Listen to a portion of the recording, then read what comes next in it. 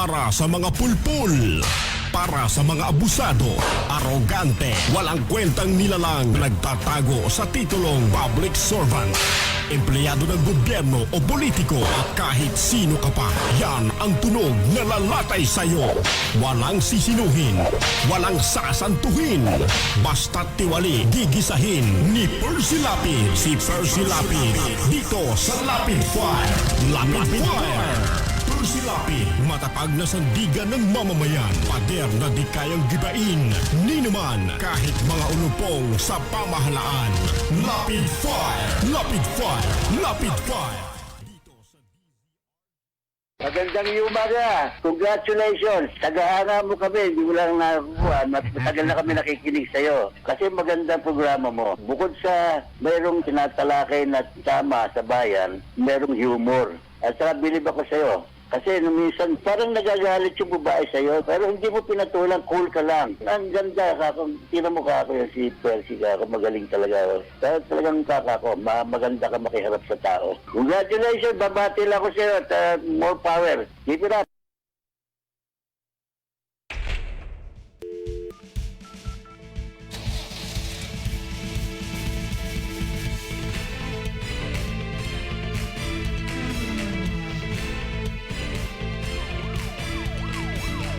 Percy, lapid, lapid far, bang bang. Percy, lapid far. Ang tapang niya'y kakaiba, walang takot sa pagtira. Oh yeah, oh yeah. Kapag mayroong anomalya, ibubulgar niyang talaga. Oh yeah, oh yeah. Mga kurap sa gobyerno, ibibisto ng walang preno. Maging ito man ay politiko, artista man o kahit sino, sasabugin ang baho nito. Ang Lapid Fire, walang sinisino. Percy, lapid fire, bang bang. Percy, lapid fire. Percy, lapid fire, bang bang. Percy, lapid. Huwag na huwag kang magkakamali, gumawa na masama, huwag kang tiwali. Ang Lapid Fire sa iyo ay nakabantay, bawat mong galaw, kinikilatis at hinihimay. Kay Percy Lapid, hindi ka ubra, kanyang ihahayag, mapagsamantala. Magnanakaw at mga walang budi, nagpapahirap sa bayan. Mga mapang-api, mayaman at sikat, artista, politiko, ikaw ay umayos kung ayaw mo pisto sa Lapid Fire. Bawal ang abuso, lilitsyonin ka ng buhay sa bawat komentaryo. Kay Percy Lapid ay pantay-pantay, walang silbi ang yaman sa buhay. Lahat tayo'y magkakapatid, pag-ibig sa bayan, ating tanging hatid. Mga kurap sa gobyerno, ibibisto ng walang preno. Maging ito man ay politiko, artista man o kahit sino, masasabugin ang baho nito. Ang Lapid Fire, walang sinisino. Percy, lapid fire, bang bang. Percy, lapid fire, bang bang. Percy, lapid fire, bang bang. Percy, lapid fire, bang bang. Ang balitang ito ay hatid sa inyo ng Hataw. Number 1 sa balita, basta tabloid, Hataw.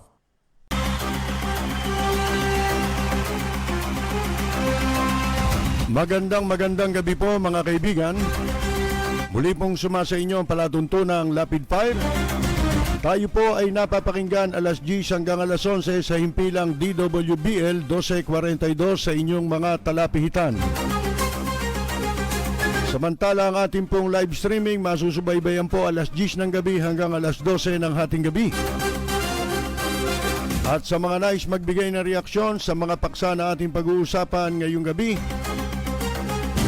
sa gawing kanan po ng ating live stream, meron tayong chatroom. Maaari pong itype ang mga reaksyon na ating pong babasahin sa kabuuan ng ating pagtatanghal. Samantala, sa mga nanonood o nakikinig po sa atin sa DWBL, maaari po kayong tumawag o mag-text sa 0915-7070-625. Ano man ang inyong pinagkakaabalahan, magsama-sama po tayo sa kabuuan ng pagtatanghal ng palatuntunang Lapid Fire. Walang preno kung bumatikos. Malalim at makatwirang komentaryo.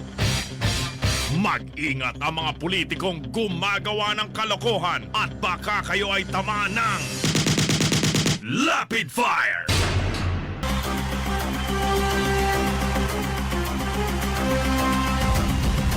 Inatasan po ni Presidente Duterte ang Commissioner ng Bureau of Customs na patayin ang sino man pong sangkot sa droga. Appointment o kontrobersyal na appointment po ng bagong Pangulo ng PhilHealth. Sari-sari po ang reaksyon. OSG. Hindi ho OMG ha. Pero mapapa-OMG ka sa OSG. Sapagkat pinagpapaliwanag po ang OSG, Office of the Solicitor General, sa mahigit po 1 milyon na travel cash advances. Anomalya na naman. Walang tigil, ano po. Hindi na matitigil yata talaga ang korupsyon, ang katiwalian dito po sa Pilipinas. Tapos sasabihin ninyo, I hate corruption. At ito daw, revolutionary government, dapat daw pinag-uusapan ito sa publiko, sabi ni Pangulong Duterte. Kala ko ba wala siyang kinalaman? Bakit inuutosan niya pa? Pati raw mga sundalo. Anak-anang. Yan po ang ilan sa mga pag-uusapan natin ngayong gabi, mga kaibigan, sa pagtatanghal ng palatuntunang Lapid Fire. Ito ang sabi ni Presidente Duterte sa hepe ng Bureau of Customs o kay Commissioner Ray Leonardo Guerrero. Patayin daw lahat ng sangkot sa illegal drugs na dahil patuloy daw po, mga kaibigan, ang pagdagsa nito sa ating bansa. Sinabihan niya raw po si Guerrero, drugs are still flowing inside the country. Through the Bureau of Customs. Siyempre, sabi ko nga sa inyo, yung mga Pekinese nga na Chinese, di ba? Wala, puro kunyari ito, mga kaibigan. Di ba sabi ko sa inyo, ang droga, patuloy ang pasok ayon ho sa mga informante natin sa Bureau of Customs dahil yung pong mga X-ray na bilyon-bilyon ng halaga na binili, mga kaibigan, sa panahon pa ni GMA yan At pagkatapos nung panahon ni Pangulong Duterte, ngayon, yung tinanggal, si General La Peña, bumili rin yan ng panibagong mga X-ray machine, di naman pala gagamitin, mga kaibigan, ng Bureau of Customs. Pinapapatay niya ho, mga kaibigan, yun daw mga sangkot. Ito, mga kunyari na naman ito, mga kaibigan, ano po Kunyarian na naman utos ito, sino papatayin niya dyan? Yung mga taga-customs, naku po. At mainit na mainit po itong issue tungkol sa pagkakatalaga ng bagong Pangulo ng PhilHealth. Sari-sari ang reaksyon. Siyempre ang mga SSB, sip-sip buto, ba't di na lang sila magtayo ng negosyo? Pwede naman nilang kompetensyahin si General Malabanan. Magaling sumipsip ng dumi. Walang kakumpetensya yan sa pagdating sa sipsipan. Total, maraming magaling magsip-sip dito. Na sabi nila, good choice daw, mga kaibigan, si dating NBI Director Dan Tegeran. Oh, it's a very good choice. Sabi ni Vicente Soto Duterte. Aside from having a clean record, sabi ni Soto, ano yan, meron daw itong experience sa investigasyon na para mapuksa ang irregularidad dyan sa PhilHealth. Sabi niya sabi ni Soto, Director Giran is a very good choice as PhilHealth. Yan, ha? Aside from a clean record, he has investigative skills that can crack the whip in ferreting. Lintik ang mga English ni Soto Kanina narinig ko may ginamit pa itong pick up line quotation mga kaibigan, nangopya na naman Ito talaga si Soto. Sipin mo pinoproteksyonan na nila itong bagong Pangulo ng PhilHealth, mga kaibigan. Ayon dyan sa mga SSBing senador, ano raw ito, tama raw ito, good choice.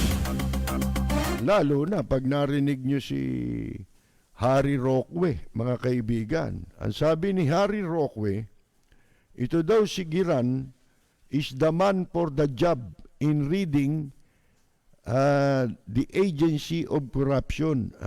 Siya raw, si Giran daw ang tama, angkop sa trabaho para malinis ang ahensya ng PhilHealth sa korupsyon. Yan ang sabi ni Harry Roque. Sabi niya, dahil lang mga krimen na nagaganap sa PhilHealth, wala namang gumagawa na ng krimen ngayon, bibihira na, madali ng wala nang ginagawa mga pulis ngayon, kundi palakad-lakad Ang krimen ngayon, ang gumagawa na lang nasa gobyerno, mga kaibigan. Lalo na malakihan. Ang sabi, ang krimen daw na nagaganap sa PhilHealth ay ang tinatawag na white-collar crimes. Kinakailangan nakakaintindi rin ng financial reports at balance statements. Pakinggan nyo Si Roque nagsasalita kasi mamaya lalabas ang katotohanan dito yan ang sabi niya, I think Director Giran is the best choice dahil siya ay CPA. Ang dami CPA dito sa Pilipinas, mga kaibigan. May MPA pa nga di ba? Ang dami rin yan. Hindi lang CPA, pati MPA. At lawyer din po. Ang dami, 25 nga abogado rito, katulad mo. Di ba? Abogado kang naturingan pero wala lihis sa katotohanan ng pinagsasabi nito Wala naman po siyang bahid ng korupsyon. Yan ang isa, walang bahid ng korupsyon. Si Soto naman, ang sabi niya, malinis ang record. Pareho din di ba? Pareho lang din. At merong investigative skill, sabi ni Soto, di ba? Bilangin nyo kung ilan yung mga katangiang ang tawag dito, ibinibihis na parang damit kay dating NBI Director Giran, mga kaibigan. Yun din ang sabi ni Roque, CPA daw at saka lawyer. Daming CPA dito. Wala naman po siyang bahid ng korupsyon. Yan. Anong sabi dito? Etcetera, etcetera. Yan. Ngayon, ayon naman kay Giran. Pag tinanong mo naman si Giran, ano sabi niya? Ano masasabi mo sa pagkakatalaga sa iyo bilang hepe nitong PhilHealth Insurance Corruption Este Corporation. Sabi niya, mga kaibigan, I'm very scared. Tatakot daw siya. I'm scared because I don't know the operations of PhilHealth. Patay. I don't know the operations of PhilHealth. Madali sabi, kahit ka pa CPA, kahit ka pa walang bahid ng corruption, pinag-uusapan dito, may alam ka ba? Ayan, mga kaibigan, di ho ba? Unlike NBI, hindi raw gaya sa NBI, I knew the operations of NBI. But PhilHealth, wala. I do not know about public health. Patay, mga kaibigan, di ho ba? Direct from the horse's mouth. Yun na nagsasabi. Ngayon, ang tanong dito, mga kaibigan, by the way, itong si NBI o former NBI director, ito yung director na itinalaga ni Pangulong Duterte nung siya'y maluklok 2016 sa pwesto, mga kaibigan. At ito'y nagretiro dahil siya po'y 65 years old na noong 29, kailan ba siya nagretiro? Last year yata di ba, mga kaibigan?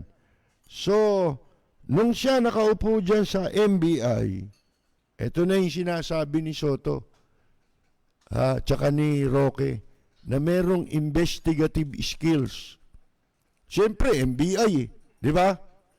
Alam nga naman, di ka marunong mag-imbestiga. Yan nga kinakailangan dyan. Ngayon, noong 2019, natatandaan ninyo na imbestigahan yung PhilHealth, di ba? Nakaraang taon. Kaya ito na-expose pa nung wala pa si Roque sa pwesto. Nung umalis na siya sa pwesto, kumandidato, natalo, di ba? Ngayon, nung wala pa siyang trabaho at hindi pa nakakabalik bilang spokesman, presidential spokesman, mga kaibigan, abay, siya ang nilapitan, kung matatandaan ninyo, nung mga nagbulgar sa WellMed. Natatandaan ba ninyo yon?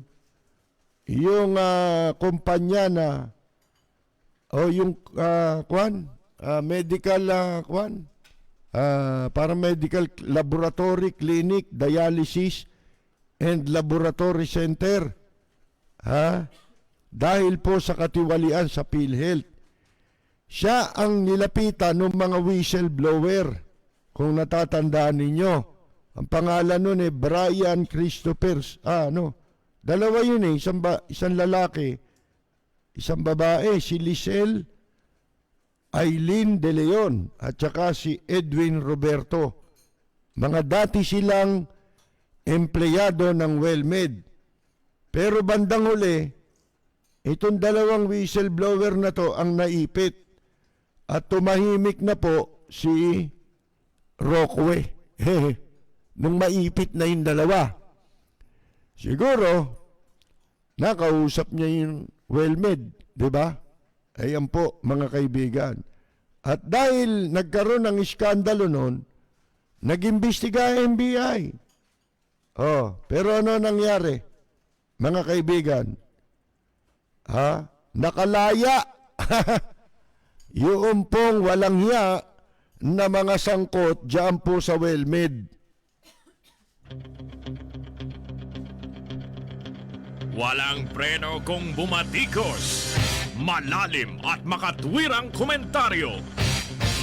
Mag-ingat ang mga politikong gumagawa ng kalokohan at baka kayo ay tamaan ng Rapid Fire! Ako, ulit-ulitin natin wala ho tayong paniwala na yan pong issue na yan sa PhilHealth makatotohanan hanggang ngayon. Unang-una, makikita ninyo ang appointment. Di ba? Yung ipinalit. Meron ba akong question kay Giran? Wala.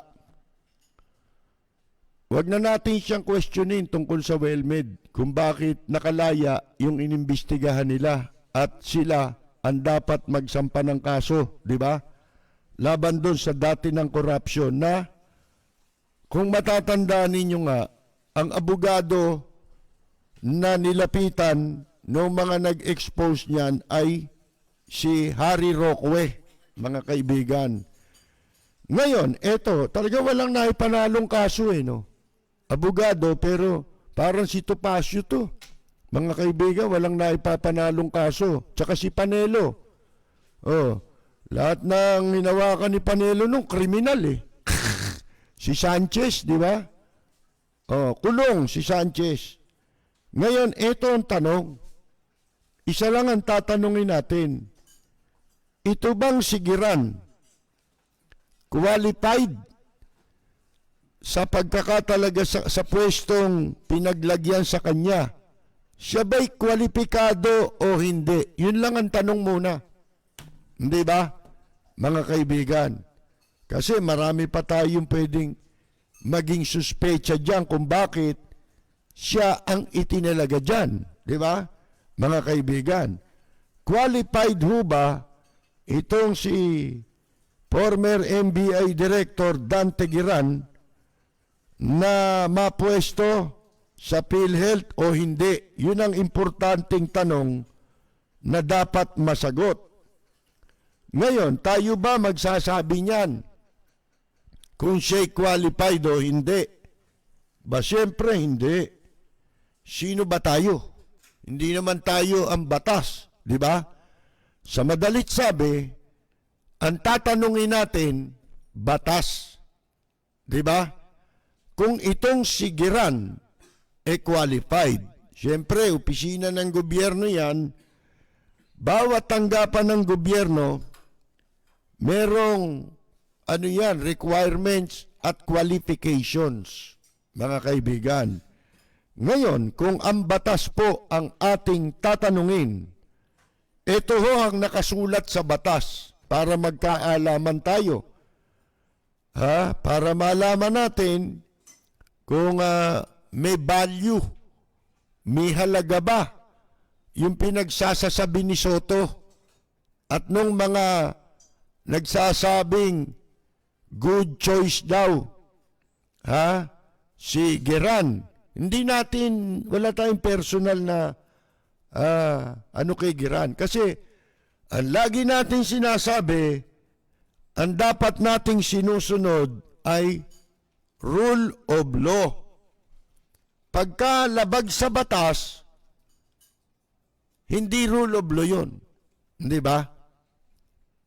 Mga kaibigan, halimbawa na yung sa rule of succession, pag ginulo mo yan, hindi rule of law yan, mga kaibigan. Kawalangyaan yan. Paglabag sa batas yan. Tayo ho, laging manindigan, sabi ko nga sa inyo, sa rule of law.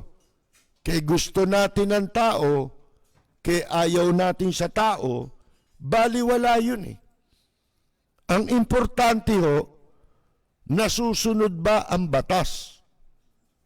Katulad niyan sa pagtatalaga, sabi ko nga sa inyo, itong administrasyong ito, pinaka-notorious, pinakakilabot po itong administrasyong ito sa paglabag sa batas at sa saligang batas.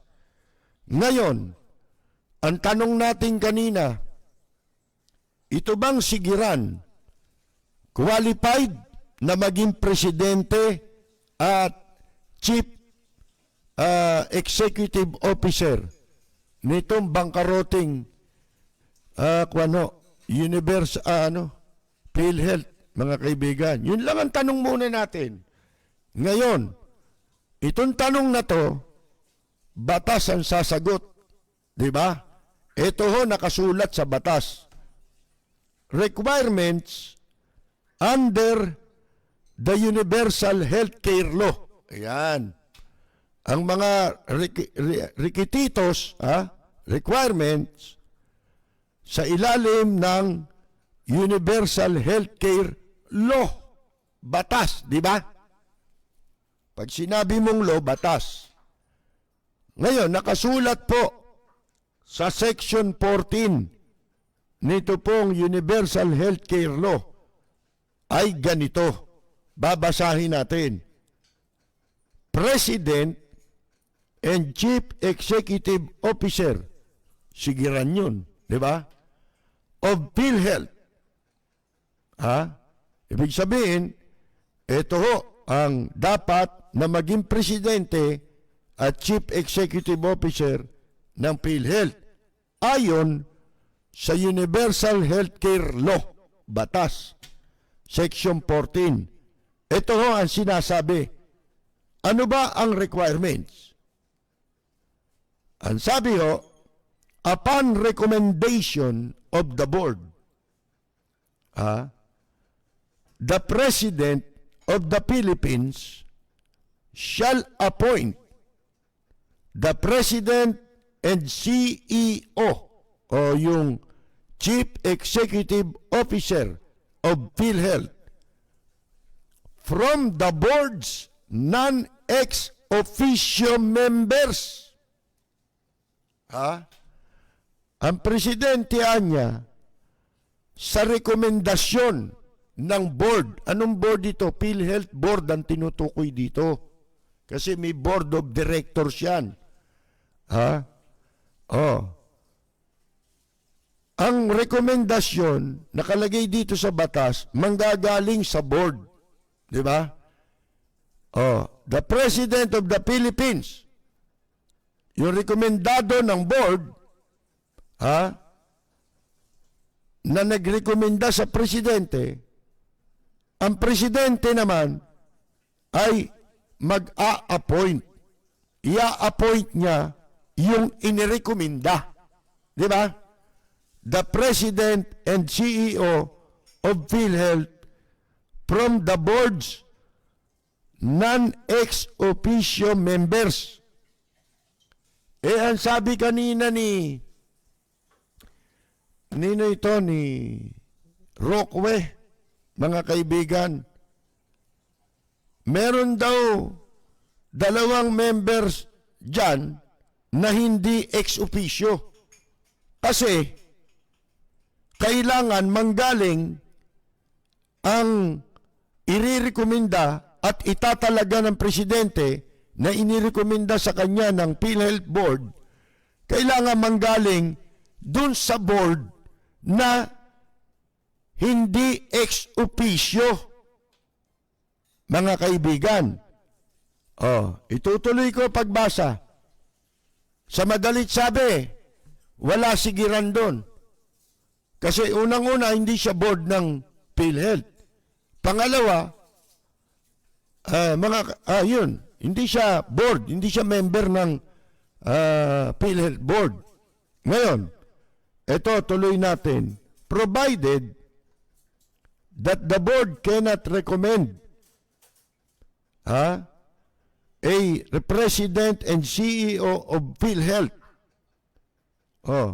Kung sakali na, halimbawa, ito, provided that the board, ang board ay hindi makapagrekomenda ng presidente at CEO ng PhilHealth unless the member is a Filipino citizen and must at least, 7 years of experience in the field of public health, management, finance, and health economics, or a combination of any of these expertise. Ito na naman, mga kaibigan. Yung una, hindi siya member ng board. Pangalawa, pwedeng mag-appoint ng presidente at CEO sa PhilHealth kung ito ay merong 7 taong karanasan sa larangan ng public health. Mga kaibigan, ano yung public health? Management, finance, and health economics, or a combination of any of these expertise. Pwedeng magtalaga presidente, ha? Kung yung itatalaga niya, dapat merong 7 taong karanasan sa larangan ng kalusugan, ha? Pampublikong kalusugan. Management, pamamahala, finance and health economics. Siyempre, pag sinabi mong health economics tsaka finance, may kaugnayan ito sa pananalapi para sa pangkalusugan. Hindi bastang pananalapi. Ha? O kaya, kombinasyon nung mga yon. May kombinasyon, ha? Or a combination of this expertise. Ibig sabihin, at least may dalawang, doon sa binabanggit, dalawa ron, kasama, doon sa itatalaga mo. Pasado ho ba? Sigiran, sa tingin ninyo.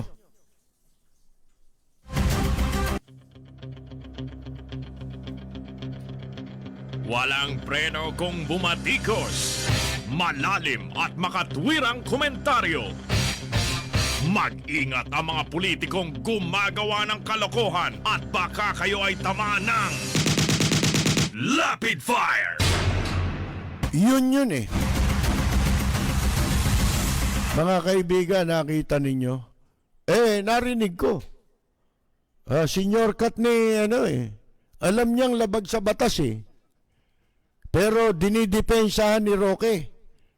Merong yan. Nung tinatanong siya kaninang napanood ko sa balita, sinasagot niya yung tanong na tungkol sa qualification. Meron siyang 7 years experience sa management. Hindi ho management ang tawag sa MBI. Di ba? Ang category niyan is law enforcement, mga kaibigan. Hindi ho management ang category ng National Bureau of Investigation, kung hindi categorize yan as law enforcement agency.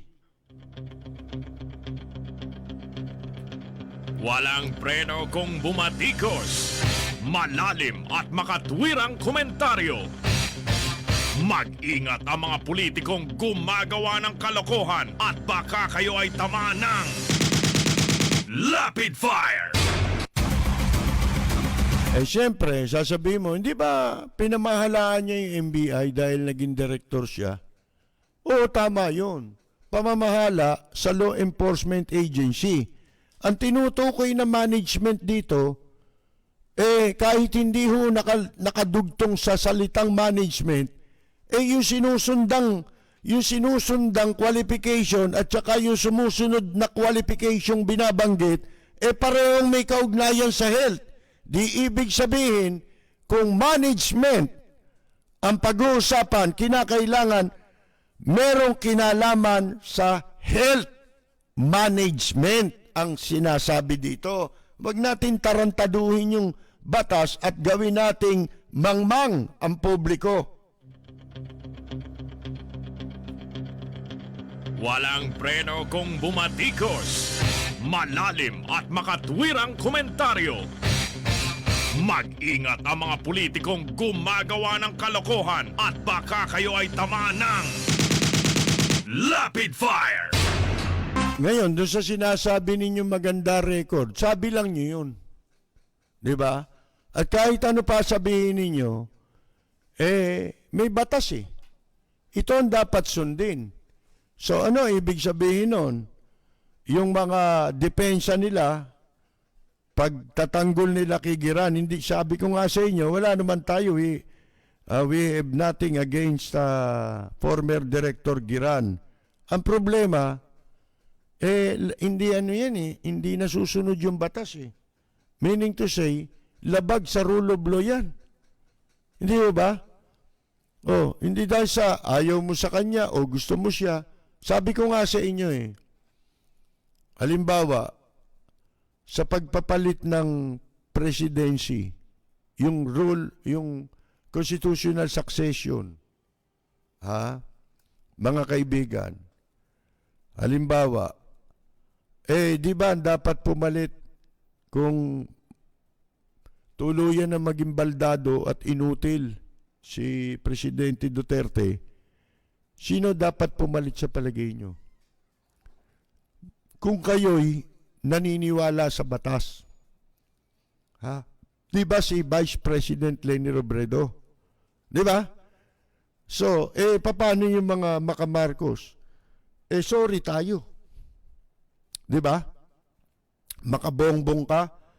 Walang kinalaman sa batas yung makabongbong ka Kasi, sa batas nga, ginagarantiyahan din yan, constitutional right din ng tao na ma-exercise mo yung political belief mo kung kanino ka naniniwala. Isa yan sa ginagarantyahang karapatan ng mamamayan sa ilalim ng saligang batas. Pero, yung gusto mong mabaluktot ang batas para umayon sa gusto mo, ba hindi pwede yun. Yun paglabag sa batas yun. Labag sa batas yun. Diba? Labag sa rule of law. Ganon din ito. Diba? O diba, si Presidente Duterte, akala ko ba, sabi mo, the law is the law. Diba? Bakit dito, hindi mo sinusunod na naman? Nilalabag mo na naman yung batas. Bagal mo na nga magsalita. Pareho na nga tayo mabagal magsalita Kaya mas mabagal siya. Tsaka hindi na maintindihan. Di ba? Ngayon, bakit sa palagay ninyo, ganito ang laging reaksyon ng mga politikong sipsip, lalo na yung mga kurap? Naku, kung narinig niyo si Soto kanina, mayroong portion na nagsasalita siya sa balita. Kung ano-ano, laban sa corruption, kailangan daw ang public official, tama yung sinasabi niya na kailangan malinis ka sa pagpumasok ka sa public service. Tama yun, kasi nasa batas yun 6713 yun.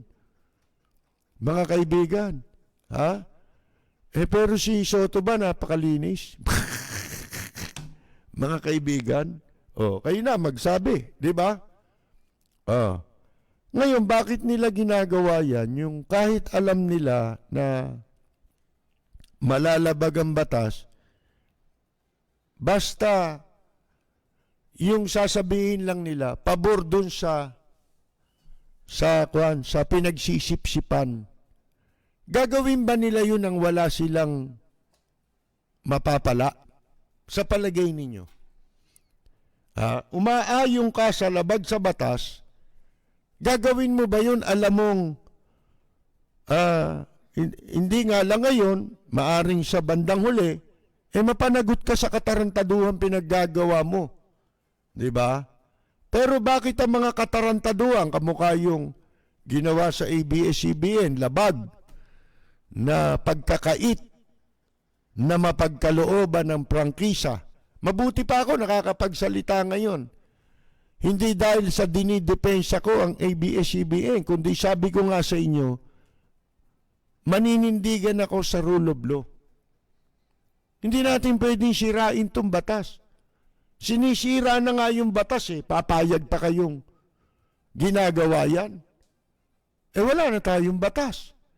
Ginagawa na nga nila, alam naman natin, ginagawa nila ang lahat ng gusto nilang gawin, basta gusto nila, kahit labag sa batas. Pero kayo ba maniniwala O katulad si Roque, siyempre, spokesperson siya, di ba? Ng presidente. Kaya kahit labag sa batas, malaki kinikita niya ba? Ha? Kapital niya pa yan para sa personal niyang pakinabang, mga kaibigan, siyempre, kakampi siya ron. Pero ito, senador. Ang pinag-uusapan natin, senador, hiwalay na branch of government ito. Yan legislative yan. Na hindi dapat o kaya ay makapaninindigan ka sa panig ng batas kahit ito ay labag sa gustong mangyari ng nasa executive. Sapagkat hindi ka naman niya kayang tanggalin sa pwesto eh.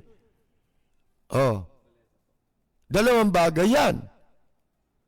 Tatlong bagay yan.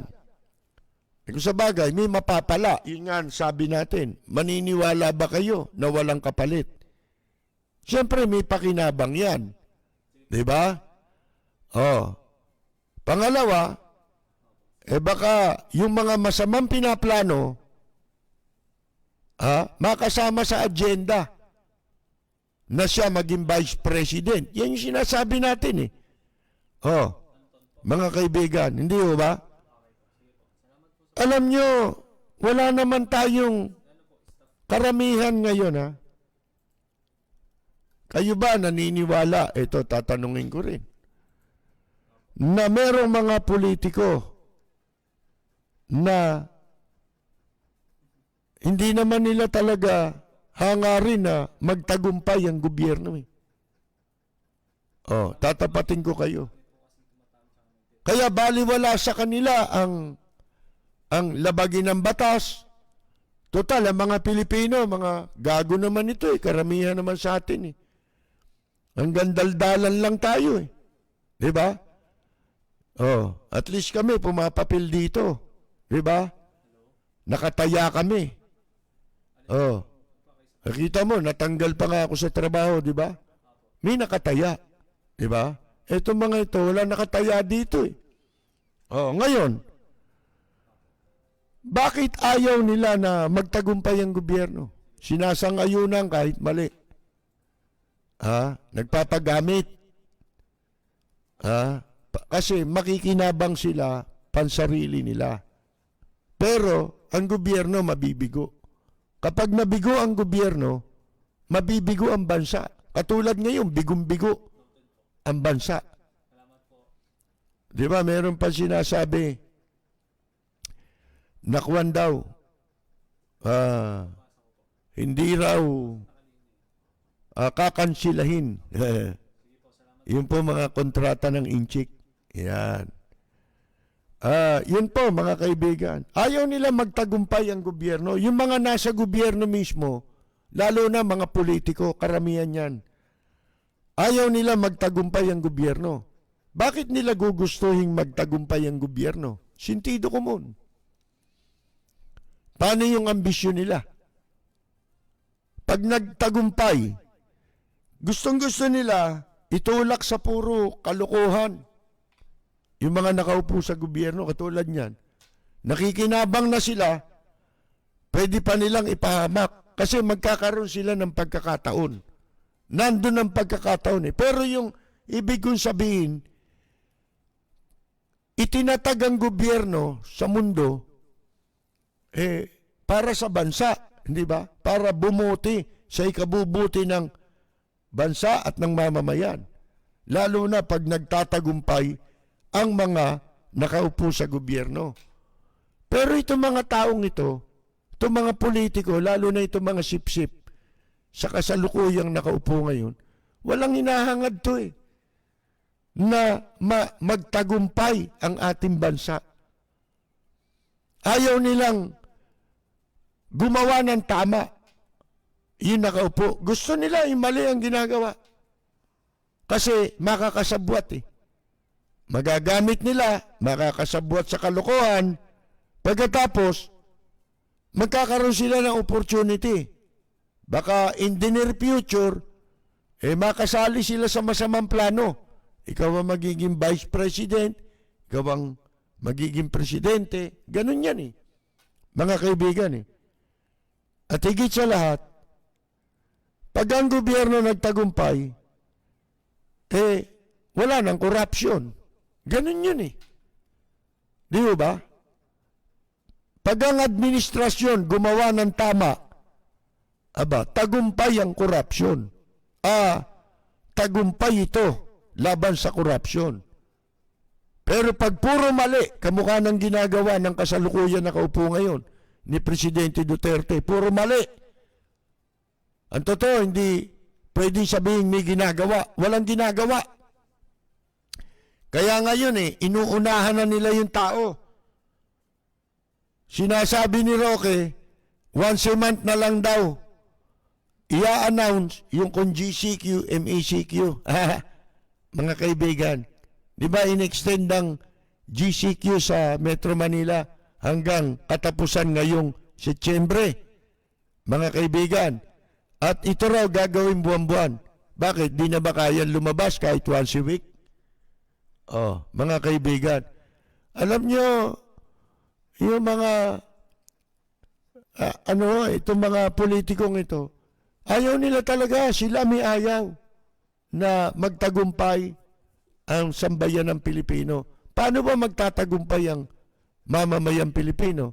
Kapag ka nakaupo matino. Ayaw nila nun. Gusto nila walang hiya ang nakaupo. Kaya paborito nila itong administrasyong ito.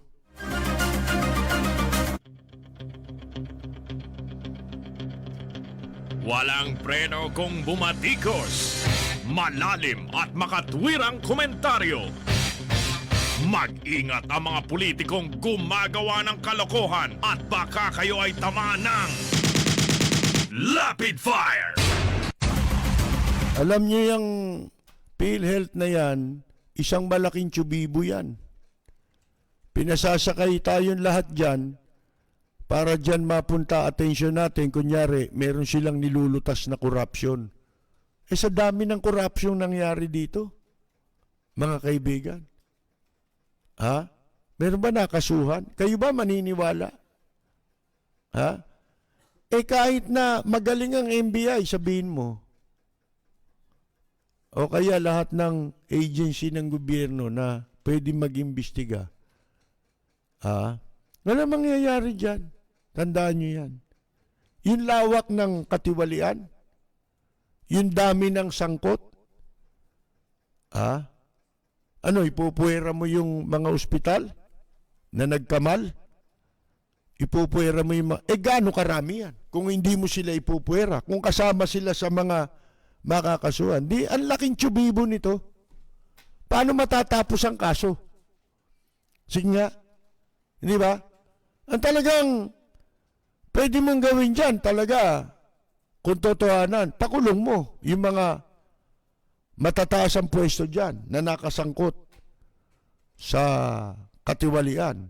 Hindi ba itong si Duque, yan? Ex-officio yan ng PhilHealth, mga kaibigan?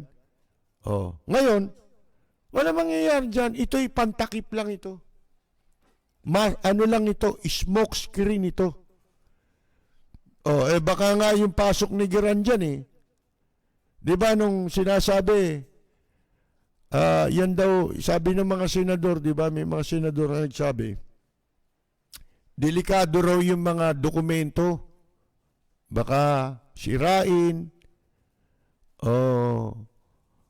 alam niyo na, nakawin ng mga nakaupo, pati yung dokumento nakawin para mawala ebidensya. Mali kayo.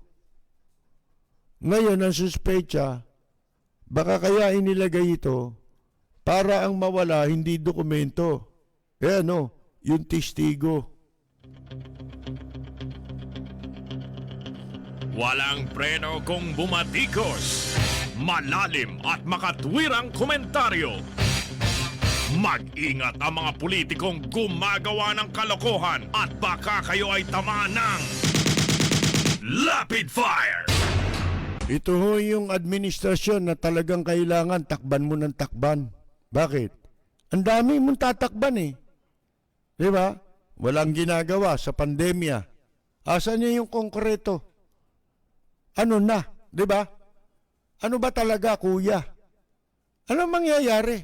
Anong gagawin? Ano ginagawa ng gobyerno? Yun lang, announcement. Papalitan ko na. PhilHealth. Papakita ka sa TV, may pandemya. Sabi ko nga sa inyo mabuti pa yung China, nabigyan nila ng face mask nung umpisa pa lang. Tayo ba nabigyan ng face mask? Oh. Tapos, kunyari, tutulungan yung tao, gagamitin lang pala para manakawan ang gobyerno. Gagamitin dahilan pagtulong. Pero yung malaki, nanakawin. Di ba? Oh, mga kaibigan. Ngayon, simpleng-simple lang Isipin nyo na lang, imbestigahan mo PhilHealth. Di ba, ang daming sangkot? Bukod sa mga opisyal, sana kung talagang totoo yan, yung mga opisyal muna. Oh, may kaso na sana. Wala naman Masama pa niyan, baka may mga testigo dyan mawala. Katulad nung nangyari sa Bilibid. Asan ang investigasyon? Meron ba? Yung kay JB Sebastian? Hindi, kriminal naman. Ba, hindi. Kailangang imbestigahan mo yun.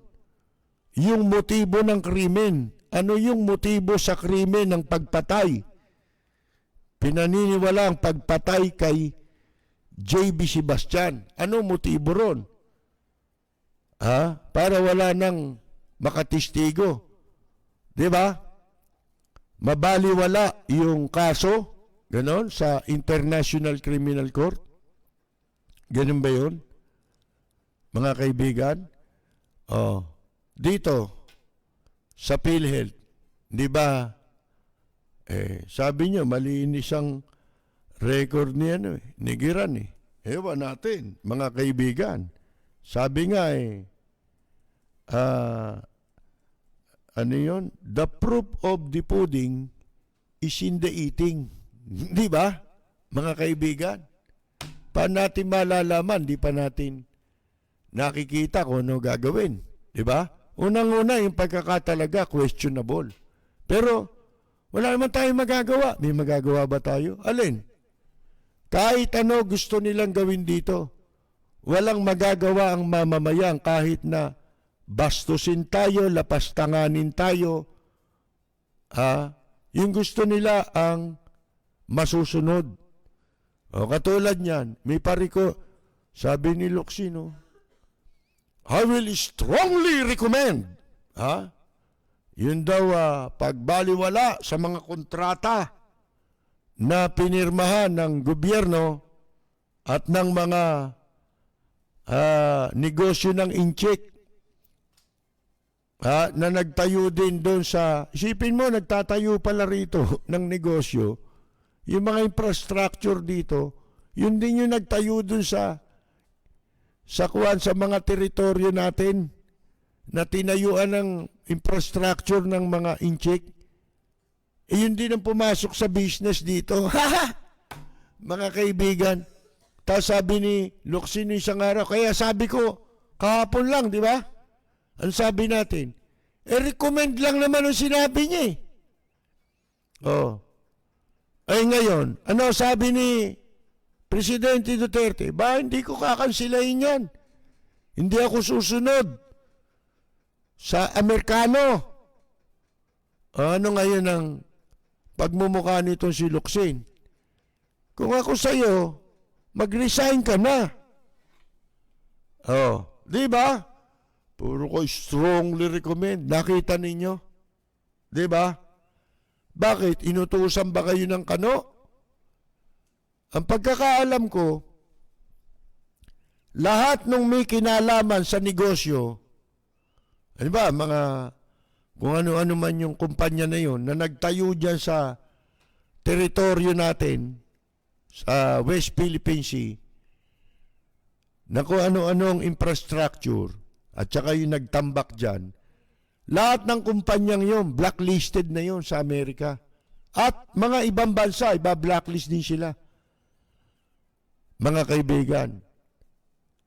Yun pala, nasubok ngayon, nalaman natin ngayon. Ano sabi ni Presidente Duterte, ba hindi ko kakansilahin yan? Bakit? Ano ibig sabihin nun? Di ibig sabihin lahat pala ng pumasok na nagtatayo dito, yan din yung involved na mga kumpanya ng incheck na nagsipagtayo ng mga kung ano-anong infrastructure diyan sa ating mga teritoryo na inaagaw ng incheck. Hindi pala inaagaw, pinaagaw ni Presidente Duterte. Alam nyo, pinakamalaking malaking kasalanan yung pagtatraidor sa taong bayan, sa bansa at sa mamamayan. Mga kaibigan, may mas mabigat pa bang kaso ron? O krimen? Pero sabi ko nga sa inyo, lahat naman gagawin nila. At ang kawawa mga Pilipino, wala tayong Armed Forces of the Philippines. Armed Forces of Duterte, meron tayo. Ang meron. Duterte National Police. At saka Armed Forces of Duterte. Yan ang meron tayo. Pero yung nakasulat sa konstitusyon, wala. Mga kaibigan. Pero maubusan na tayo ng oras, mga kaibigan, no? Sa mga nakikinig sa atin sa Radio DWBL 1242, sa inyong mga talapitan hanggang alas 11 po ang ating programa, alas 10 po nagsisimula, Lunes hanggang Biyernes. At wag po kayong alis dahil pagkatapos lamang ng ilang mahalaga mensahe, magbabalik po ang programang Lapid Fire. Mula sa top-rated music station ng dekada 80, ang WBL. Puro na naglilingkod sa inyo sa pamamagitan ng magaganda at piling-piling programa. Mula Lunes hanggang Linggo, aaliwin kayo ng aming kilalang mga komentarista at public service program. Ito lamang sa himpilan ng DWBL.